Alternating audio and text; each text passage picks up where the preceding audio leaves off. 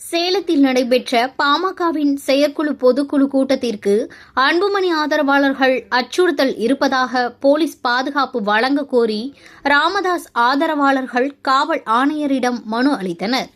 பாட்டாளி மக்கள் கட்சியின் சிறப்பு செயற்குழு மற்றும் பொதுக்குழு கூட்டம் சேலம் மாவட்டத்தில் வரும் 21ஆம் தேதி நடைபெறுகிறது. இந்த கூட்டத்திற்கு அனுமதி வழங்கக்கூடாது என அன்புமணி ஆதரவாளர்கள் நேற்றைய தினம் மாநகர காவல் ஆணையாளர் அலுவலகத்தில் மனு அளித்திருந்தனர்.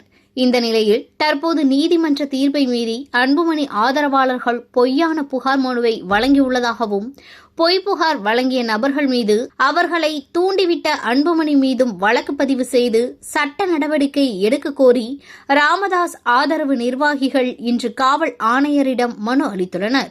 மேலும் அன்புமணி ஆதரவாளர்கள் அச்சுறுத்தல் இருப்பதாக ராமதாஸ் பங்கேற்க உள்ள இந்த கூட்டத்திற்கு போலீஸ் பாதுகாப்பு வழங்க வேண்டும் எனவும் மனுவில் வலியுறுத்தியுள்ளனர்.